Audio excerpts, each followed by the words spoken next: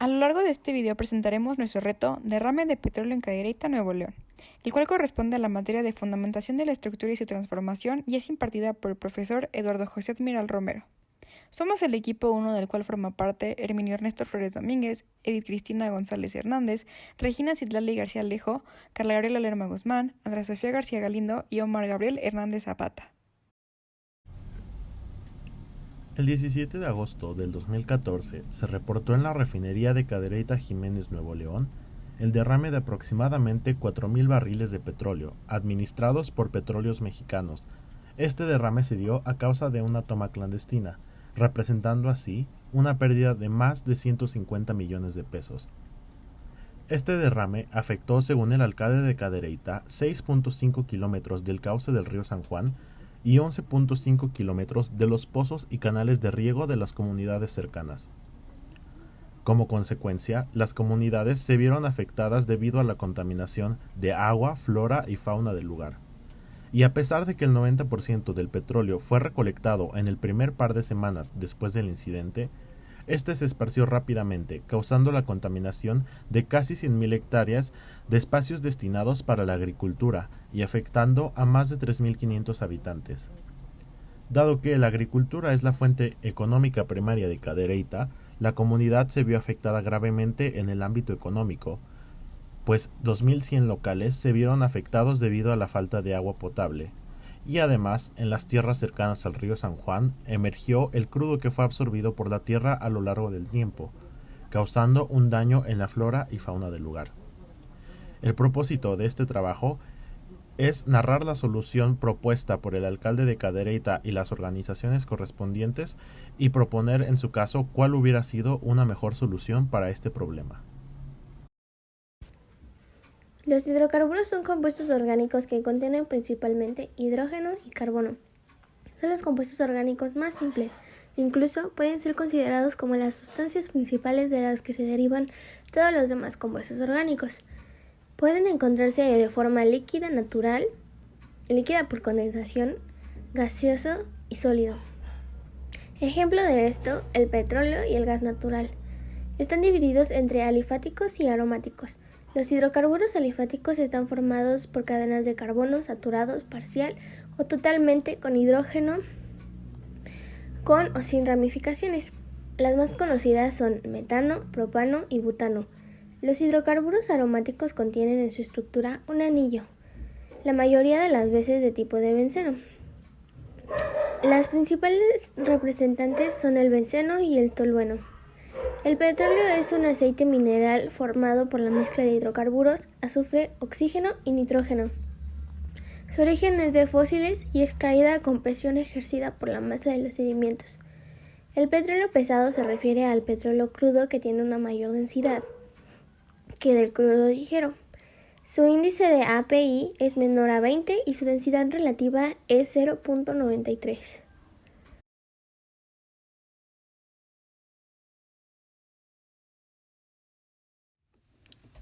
Para explicar tanto las estructuras de Lewis como la geometría molecular del agua y de los hidrocarburos, en este caso el metano, vamos a partir de la configuración electrónica. Para el caso del agua, los dos átomos de hidrógeno van a tener un número atómico igual a 1. Por consiguiente, su configuración electrónica va a ser 1s1. Esto nos va a indicar que van a tener un electrón de valencia o un electrón para enlazar con otros átomos para formar compuestos. En el caso del átomo de oxígeno, va a tener un número atómico igual a 8, por lo que su configuración electrónica va a tener una terminación de 2p4. Contabilizando los electrones en el último nivel de energía, vamos a tener que el oxígeno va a tener un total de 6 electrones de valencia o 6 electrones para enlazar con otros átomos con la finalidad de formar compuestos. Procedemos a realizar la estructura de Lewis, la cual está formada en base a puntos que van a representar a los electrones libres y a base de líneas, las cuales van a representar a los electrones enlazados. Contabilizando los electrones del átomo de oxígeno, vamos a revisar que tiene 4 electrones en 2 pares electrónicos libres, los cuales van a afectar su geometría molecular, y 2 electrones enlazados con el electrón de hidrógeno, lo cual nos va a dar un total de 6 electrones de valencia para el átomo de oxígeno. En el caso del hidrógeno, en ambos casos, podemos revisar que únicamente va a contar con un electrón de valencia enlazado al átomo de oxígeno. En pantalla podemos apreciar la geometría molecular angular del agua. En un modelo de 3 dimensiones, podemos observar cómo los dos pares electrónicos libres del oxígeno repelen mediante fuerzas de repulsión a los dos átomos de hidrógeno, lo que crea una geometría angular, dando como resultado un ángulo de 104.5, tal como se muestra en pantalla. Para el caso de los hidrocarburos vamos a tomar como molécula de referencia el metano, puesto que es el hidrocarburo más simple. La configuración electrónica del hidrógeno es la misma que la anterior, por lo tanto el hidrógeno va a tener un electrón de valencia. En cambio, la configuración electrónica del carbono con el número atómico igual a 6 va a terminar en 2p4. Contabilizando el número de electrones en su último nivel de energía, vamos a tener que el carbono va a tener 4 electrones de valencia o 4 electrones para enlazar. Procedemos a realizar la estructura de Lewis. En esta, a diferencia de la estructura del agua, podemos darnos cuenta que no hay pares electrónicos libres. En este caso, únicamente tenemos los enlaces de los 4 electrones libres del carbono contra el electrón libre de cada molécula de hidrógeno, siendo que esta es una molécula no polar. Por consiguiente, no va a tener pares electrónicos libres, lo cual va a afectar su geometría molecular. En pantalla podemos observar una molécula en 3 dimensiones, la molécula del metano. En el centro tenemos el átomo central de carbono representado en color morado. El carbono es un átomo tetravalente, lo que quiere decir que tiene 4 electrones de valencia libres para enlazar, lo que da origen a la geometría molecular tetraédrica. Los átomos de hidrógeno se distribuyen en el espacio de la siguiente forma, creando ángulos de 109.5 grados como se aprecia en pantalla. El agua es una molécula polar debido a que tiene 2 pares electrónicos libres y de este mismo modo cuenta con un tipo de enlace polar. Un hidrocarburo es una molécula apolar gracias a su tipo de enlace y diferencia de electronegatividades. Sabiendo esto, podemos decir que su interacción intermolecular es una fuerza dipolo-dipolo inducido, ya que el dipolo del agua ingresa en la molécula del hidrocarburo, generando así un dipolo instantáneo, y entonces crea un dipolo-dipolo inducido, por lo que es un enlace débil, y es por esto que el petróleo es insoluble en agua. Por un lado, el petróleo o el aceite de roca tiene una densidad menor a la del agua. Su densidad es entre 0.66 gramos sobre mililitros y 0.9785 gramos sobre mililitro. Es por eso que puede flotar en esta. La viscosidad del petróleo se mide por el tiempo necesario para que una cantidad dada de petróleo fluya a través de una pequeña abertura. Es insoluble en agua, sobre lo cual sobrevuela por su peso específico menor. A esto se debe su peligrosidad cuando se derrama en los puertos o cuando es necesario combatir incendios en los tanques de almacenaje.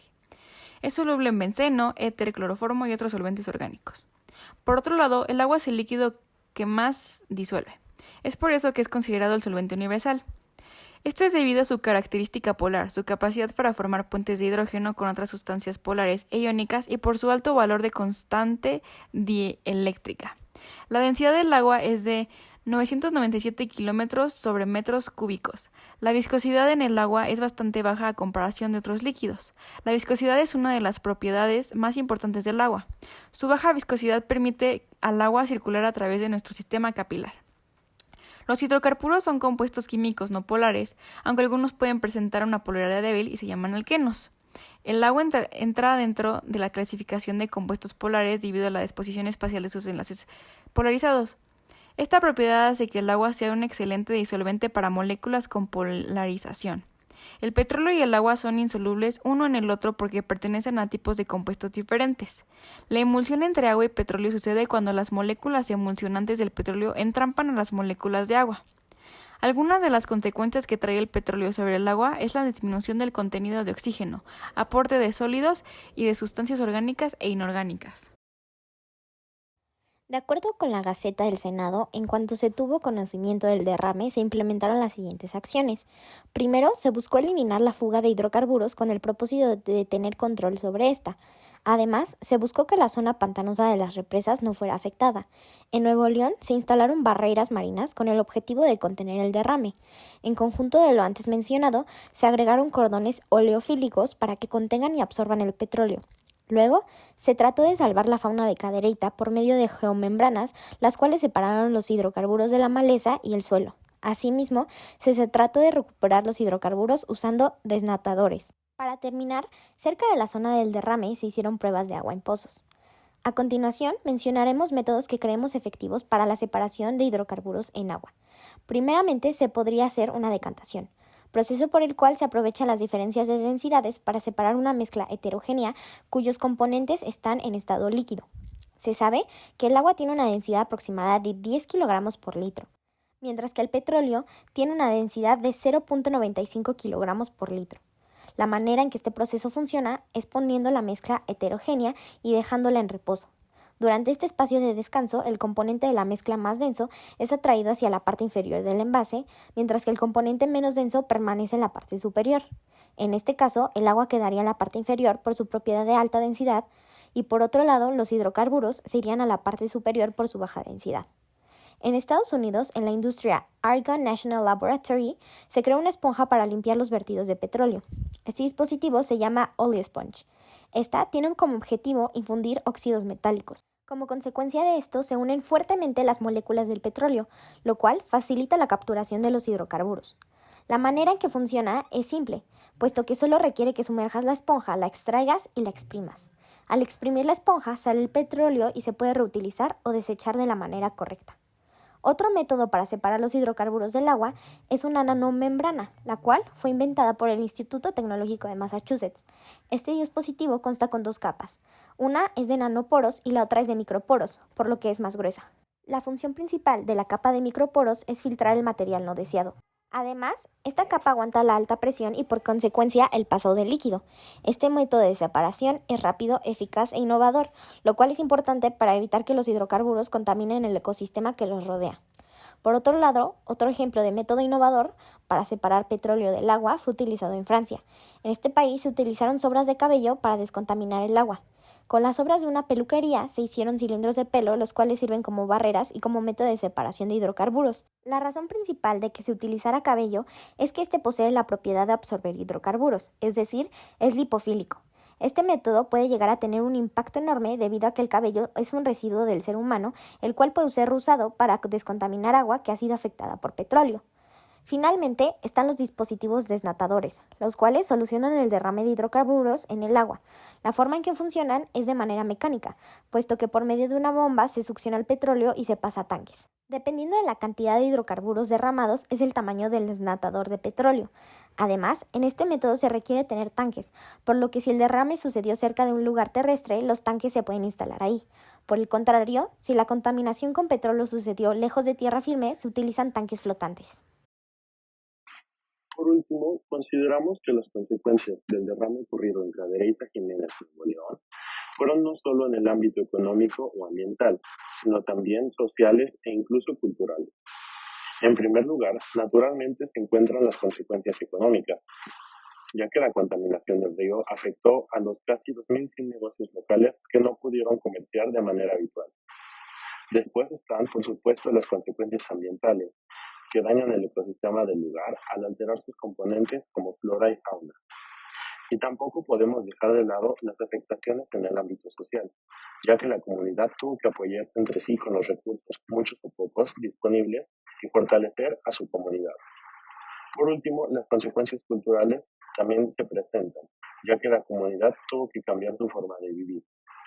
Y es por esto que nosotros consideramos que si bien la solución llevada a cabo no fue del todo eficiente, este proceso pudo haber sido llevado a cabo y solucionado de una mejor manera. Gracias.